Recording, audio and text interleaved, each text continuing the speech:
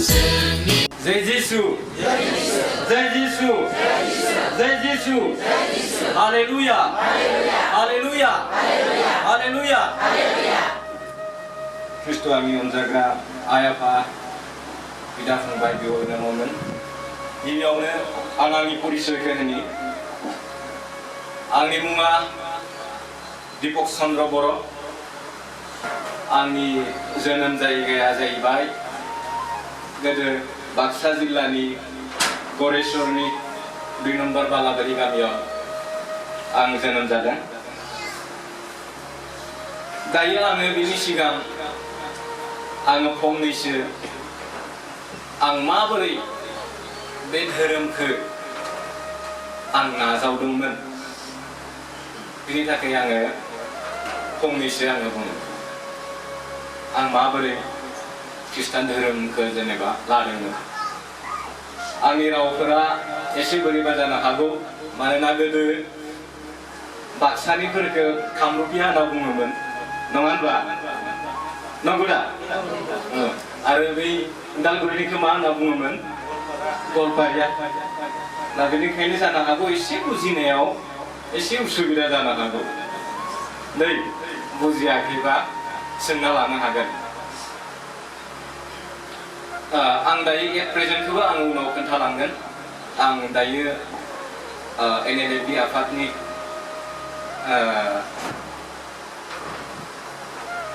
माबा थायो सनायथिमाव थायो गतिके आं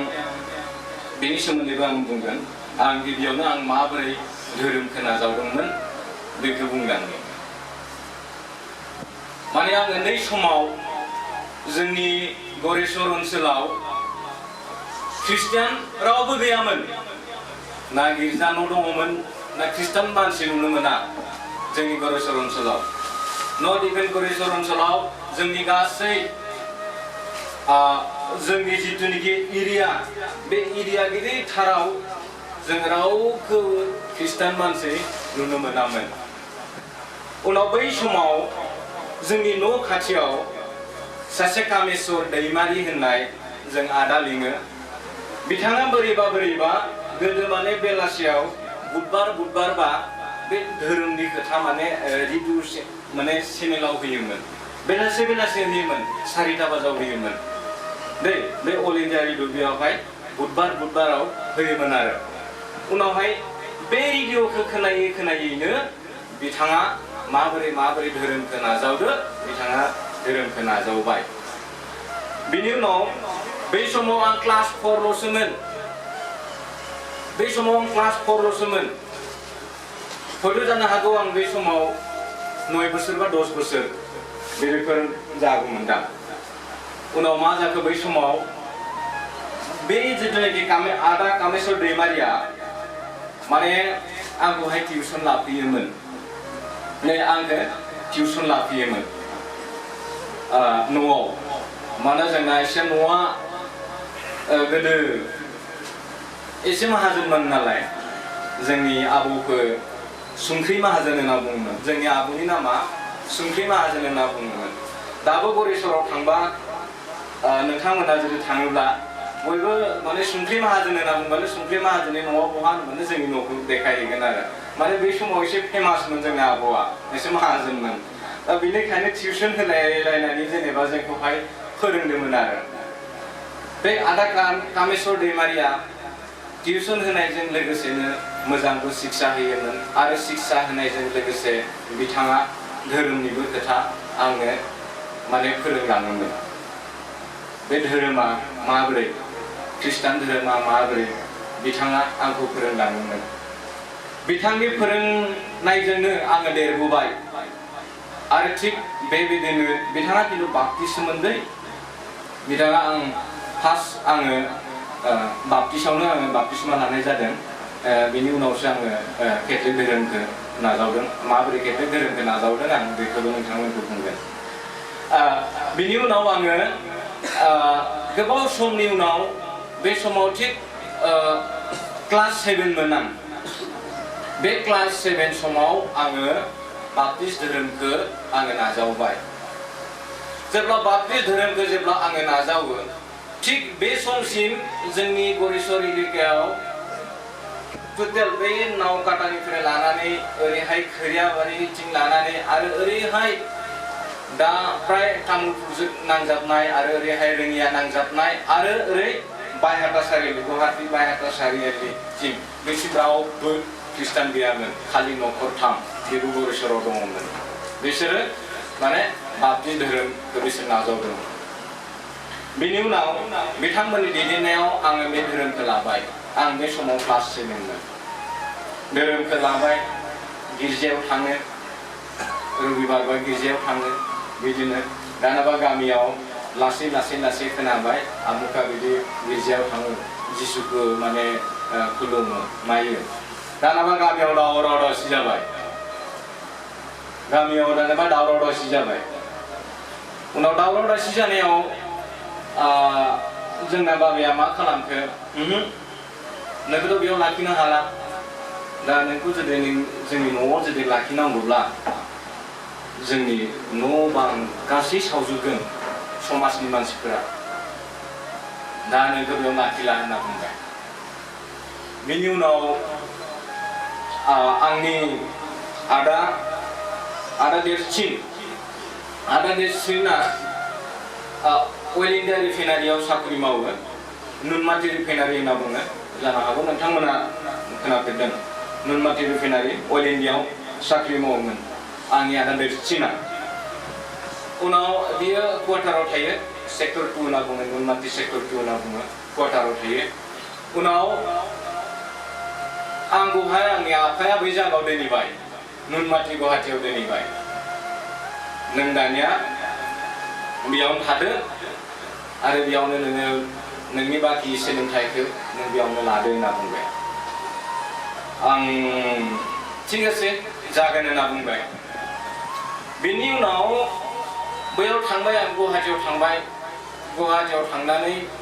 साननैसोनि उनावनो ब्लक थाफिनबाय आंनि गरेस्वर जायगा एरियायावनो आङो थाफैबाय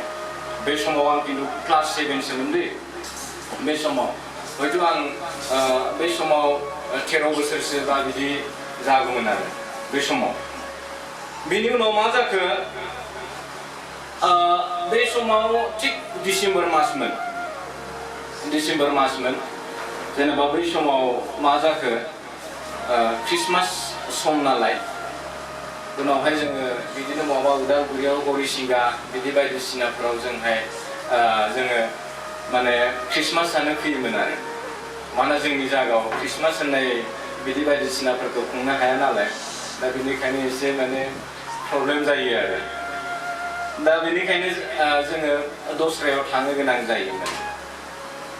बेनि उनाव बै समावनो माने जोंनि गरेस्वर ओनसोलावहाय सासे आरो आंनि मुङै सेम बिनि नामाबो दीपक बर'मोन बिथाङा आदा दैमालुनि रिट्रिकआव फैनानैहाय माने सोखाजादों आरो माने उदैया बिराद माने मा होनना बुङो बेखौ आदा एकदम उदै देरनायखौ माने माबा थानायखौ मा बेमार होनना बुङोमोनथाय मोदोम गिदिर जालांनाया बेमारखौथ' आं माने नामखौ रोंला मा बुङो अब्लाबो नोंथांमोना बुजिना लादो आरो जायखिजाया दै बिनि उनाव बे बेमारखौ बे आदा दैमालुनि रिट्रिकआव फैनानै बियो सोखाजादों आरो माने फैनानैहाय मोजां जाबाय माने मोजां जानायनि उनावहाय बियो केथलिक धोरोमखौ नाजावबाय आरो बे आदा दीपक होननाया आंबो दीपक बर' बेबो दीपक बर' नाथाय आंहा दीपक चन्द्र बर' दङ बेहा चन्द्रआ गैदेरा आरो बे मोनसेल'सो फाराग आरो बिनि उनाव बै समाव बिसोर केथलिक धोरोमखौ नाजावबाय आरो उनाव नाजायै बिदिनो लासै जोंनि जायफोरा बाप्टिस्टमोन बिसोरो माने लासै सोरबा बिदिनो केथलिक जालांनो हमबाय आरो बे समावहाय आङो बेखौ माबानानै आरो आंनि आदामोना मा खालामखो बे समावनो हमनानै लांफिनबाय गुवाहाटीयाव आंबो उनाव सानबाय जे मा खालामनो उपाय गैला दा बेयावनो लेखा फरायनांसिगोन उपाय गैला उनावहाय नुनमाटि हाई स्कुलाव आंनि नामखौ थिसनना होबाय आंनि आदामोना गुवाहाटी नोंमादि हाई स्कुलाव आंनि नामखौ थिसनबाय उनाव आं बेयावहाय बोसोरथाम फरायबाय आं क्लास 10 सिम फरायबाय आं बे समावनो क्लास 9 आव खिन्थु आङो एफा गामिनि भितरनिफ्राय थांनाय आं सासे मानसि आङो नुनमाथि हाई स्कुलाव आं GS जादोंमोन उनावहाय बिदिनो आङो सेंग्रा सिख्लाफोरखौ मोजां माने माबायोमोन आरो GS मोन नालाय GS नि खामानिया माबोरै बेखौहाय नोंथांमोना एसेबाबो बेखौ मिथिखायो जाया स्कुलाव थाङा होनबाबो बियो मिथिखायो माबोरै बेनि उनाव आङो बे समाव जोंनि गरेस्वर ओनसोलनिनो आदा सासे आदा मुनुस बिथाङा बुंबाय ओइ बाप्टिस्ट दायो गरेस्वराव बाप्टिस्टफोरा पावार गैलालै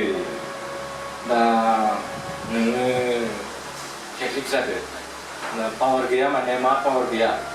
दा बुंबाय नै दायो नोङो जेनेबा नोंसोरनि मामा बाबायाबोथ' नोंखौ अना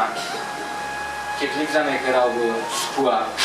गामिनि मानसिफोरखौबो जेनेबा सुखुवा नोंखौ ख्रिस्टान जानायनि नों गामियावबो फैनो हाया दा ओरै खालामदो नोङो केथलिक धोरोमखौ लादो आरो नों केथलिक धोरोमखौ लानानै